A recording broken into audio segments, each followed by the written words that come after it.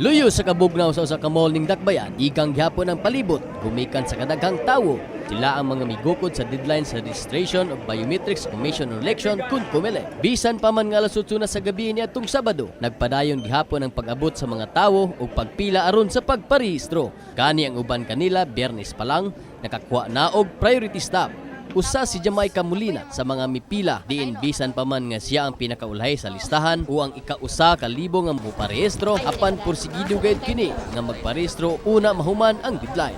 Kagahapon pud ko nag-start kay mga tao sa gawas perting guot, reklamo, murag basta dikit-dikit na kay mga tao sa first step pa lang magkuha pa lag stub. Tapos pagsulod na, okay naman siya. Sa kuha, natural naman guningon ani god. Kay syempre daghan kay tao diri sa Jensan. Pero unta paspasan po ta nila pod. As expected, Jude, sa ato ang mga last few days of registration, as experience pod sa past nga mga registrations, gadagsa gyud no ang mga registrants, sa mga applicants. So, gi-expect na nato na nga agi influx of registrants. However,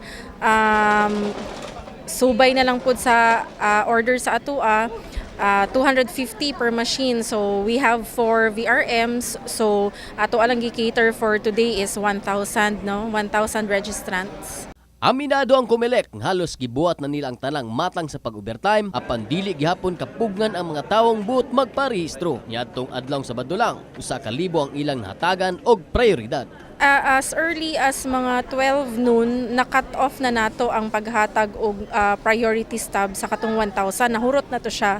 So ang kaning karon mao na lang ni sila ang atong ginahuman sa katong nahatagan og priority stubs. Pagpaklaro sa Comelec nga si kinsa man ang wala maka-biometrics human sa deadline, otomatikong ma-deactivate kung wala na'y katungod nga moboto karong umabot nga 2016 local ug national election. Ang katong mga wala gyud nakapa-validate according pod sa pursuant sa katong balaod na RA 10367, i-deactivate gyud to sila and they will be disallowed to vote in the coming May 2016 election. Jimmy Olvero, Brigada News.